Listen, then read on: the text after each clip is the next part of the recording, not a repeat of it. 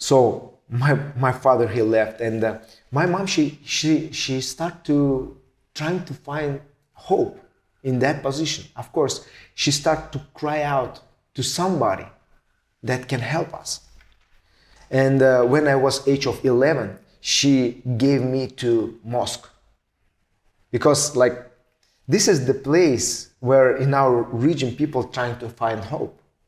89% of our region is Muslim people. Majority of our region is Muslim. So, and she, of course, the first step that she made to God, that was Allah, that was Islam, that was mosque. And I go to madrasa. This is the school for Muslim people, and I start to learn Arabic language. The pronunciation for me was easy. And my face is not Asian face, because my father was a German guy. Yeah. And they start to giving me more credits, because I'm not Asian, but I'm a European. Yeah. And speaking Arabic language clearly. And people start to invite me to their house on my age of 12. They start to invite me on their houses and apartments so I can pray over the family. Wow. Can you imagine the boy praying in really cool Arabic prayers, bringing that prayers in their apartments, and they start to give me the money. And I become a famous boy, Muslim boy in my village. And my imam in the mosque, he start to think about, hey, maybe this is the next imam in our mosque. So that was funny. And but during that moment, my brother became really bad. So my grandma, my mom's mom, she had 12 kids, and we have a like relatives Soviet. Mm-hmm. When all kids coming together and they solve some problem in the families. So one day they brought my brother in the center of that Soviet, and they start to talk to him. Is it possible for you to die? We will cry, we'll pay for funeral, and we just forgot about you because we've done. You're like a black point in our family name. Wow. We've done with you. Can you just die? That's all what we ask you to do. Wow. He was so proud. He stood up and left that meeting. Mm-hmm. And we never saw him in coming like 1 month. I remember when my mom and my grandma were sitting around fireplace, and somebody knocked the door, and that was my brother. He was so ugly, even you can't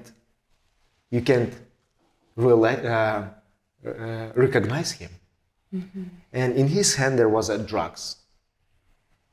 And in that moment, he told us that he tried to kill himself, and he could, and he threw that drugs inside of the fire.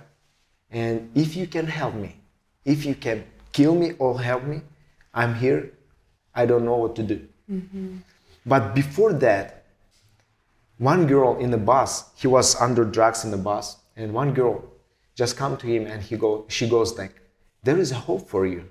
And she put business card of rehab center in his pocket. Mm.